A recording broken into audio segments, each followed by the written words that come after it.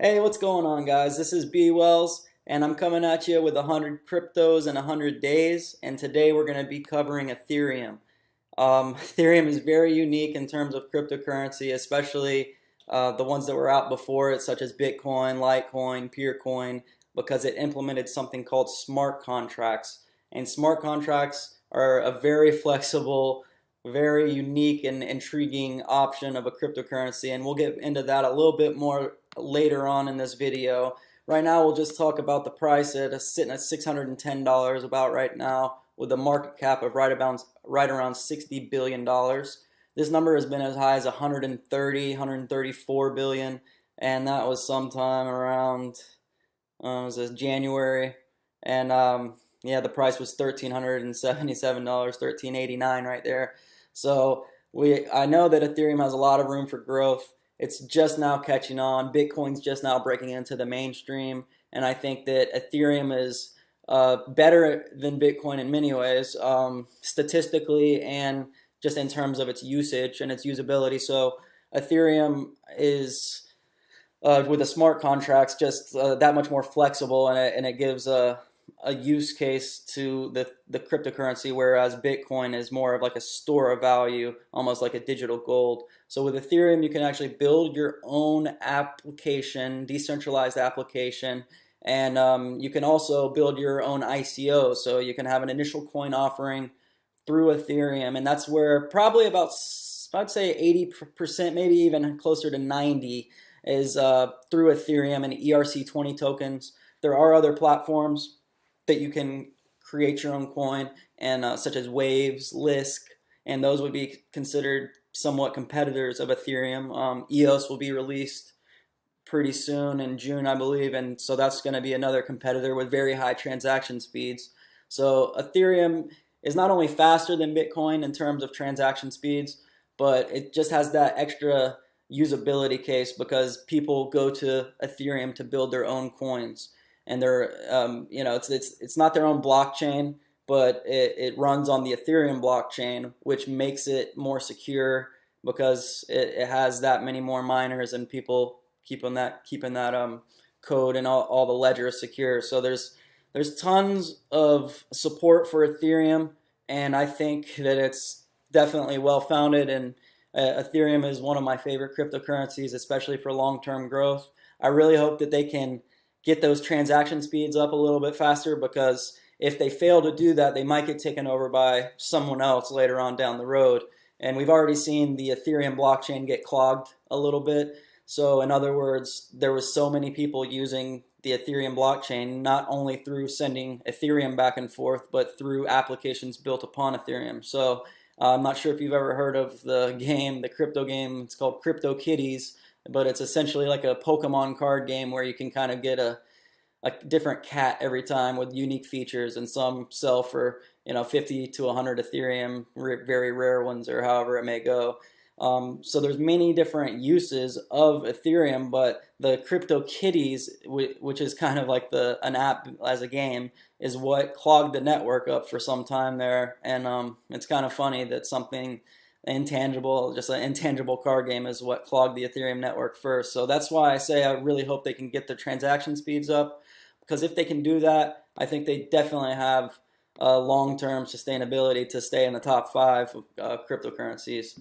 And Ethereum is also unique because it is it's not a total amount of coins set like many others. So in other words, like Bitcoin is 21 million coins in circulation, period. That's it. There will never be more or less. Some will be lost. So really, if you think about it, there's actually probably less than 21 million in circulation once it's all said and done. There's only 16 plus right now that are in circulation. So the circulating supply of Ethereum right now is 98.2 million, and this number is going to continually grow.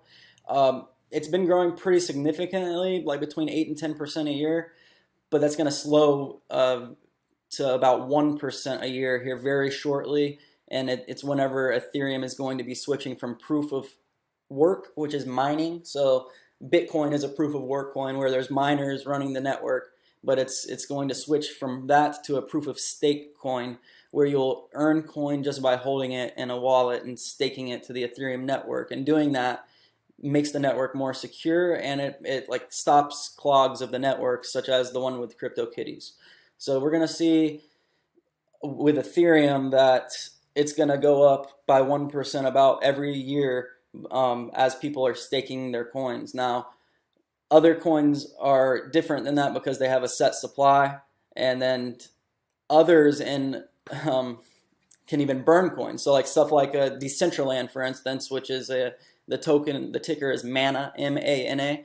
So that one in the future, and they already have had a coin burning.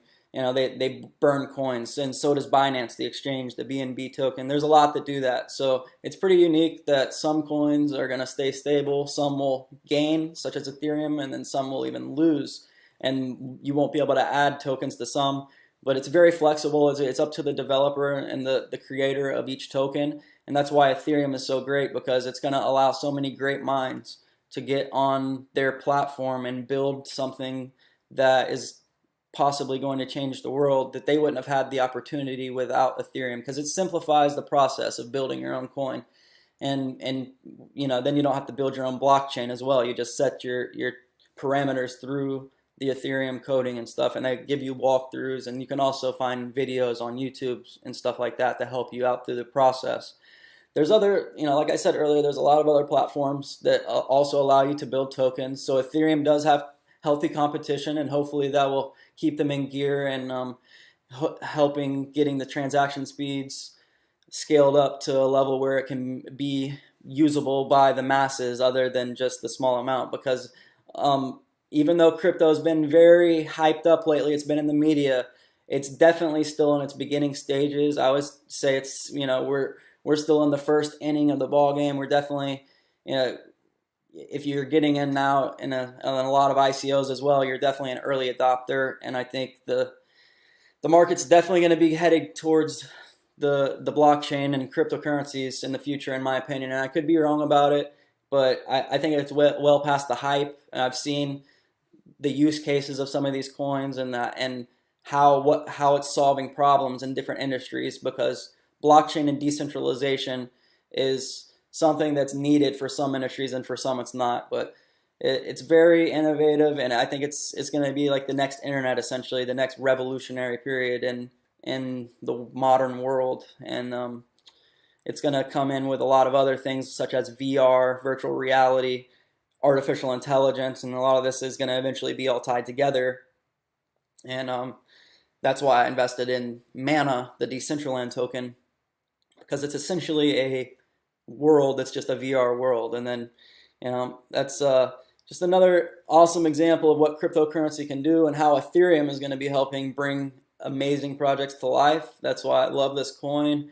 The price has been going down a lot since its all-time high, more than it's less than half, I should say, than its total all-time high in terms of market cap and price. And I think it's definitely a good time to buy. It could even go down further. We could continue to slide even further, but I think speaking of long-term growth, I can easily see Ethereum at $20,000, $25,000, and I'm highly looking forward to seeing what the future holds for not only Ethereum but for the tokens built on their network.